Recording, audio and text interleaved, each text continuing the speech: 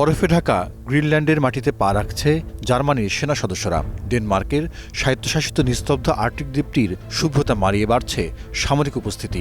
চলছে মহড়া, আকাশে উড়াল দিচ্ছে F-35 জঙ্গি বিমান।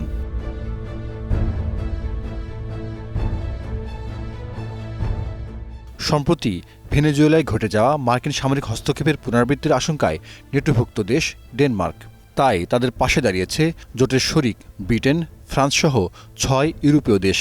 কারণ ট্রান্স আটলান্টিক সামরিক জোটটির প্রধান অঙ্গীকার হল বহিরাগত আক্রমণে মিত্ররা একে অপরের সাহায্যে এগিয়ে যাবে। এমন অবস্থায় ডেনমার্কের সহায়তায় এগিয়ে যাওয়া দেশগুলোর উপরও খড়গহস্ত হচ্ছেন মার্কিন প্রেসিডেন্ট ডোনাল্ড ট্রাম্প। হুমকি দিয়েছেন গ্রিনল্যান্ড ইস্যুতে ওয়াশিংটনের সঙ্গী না হলে আঘাত হানবে শুল্ক ঝড়। তবে কোন কোন দেশ এই শুল্কের আওতায় পড়বে বা এর আইনি ভিত্তি কী হবে তা স্পষ্ট করেননি।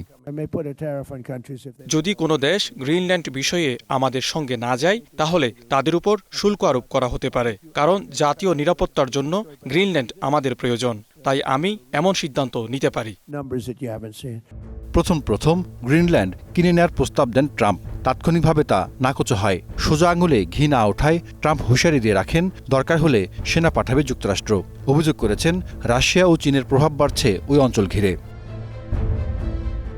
নিরাপত্তা ইস্যু সামনে আনা হলেও এই একমাত্র কারণেই গ্রিনল্যান্ডের উপর নজর ফেলেনি যুক্তরাষ্ট্র।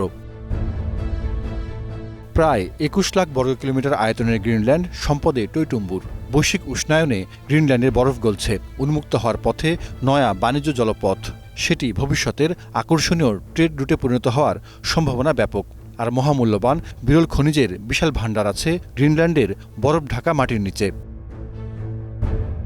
গ্রিনল্যান্ডের নিজস্ব প্রতিরক্ষা ব্যবস্থা নেই, এটা দেখভাল করে ডেনমার্কই। ডেনিশ বিশেষায়িত ইউনিট আছে যা নির্ভরশীল কুকুরের টানা স্লেজ গাড়ির উপর।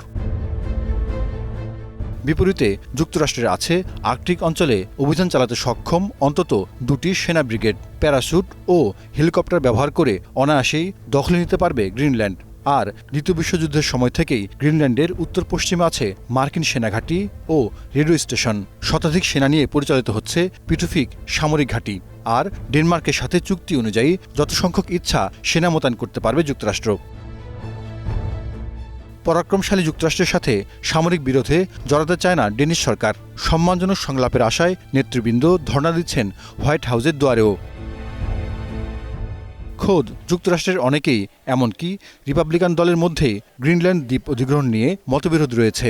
১১ সদস্যের একটি দ্বিদলীয় কংগ্রেস প্রতিনিধি দল গ্রিনল্যান্ড সফর করে ডেনমার্কের প্রতি সমর্থন দেখিয়েছেন। দলটির নেতৃত্ব দিচ্ছেন ডেমোক্র্যাট সিনেটর ক্রিস কুনস।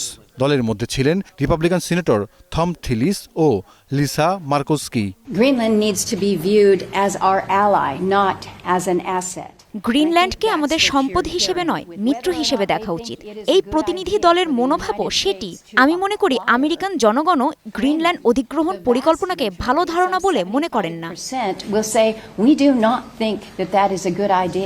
রয়টার ইপসোস জরিপে দেখা গেছে মাত্র ১৭% আমেরিকান প্রেসিডেন্ট ট্রাম্পের গ্রিনল্যান্ড অধিগ্রহণ প্রচেষ্টাকে সমর্থন করেন। ট্রাম্প অবশ্য এই জরিপকে ভুয়া হিসেবে উল্লেখ করেছেন। Zahidur Rahman, star news.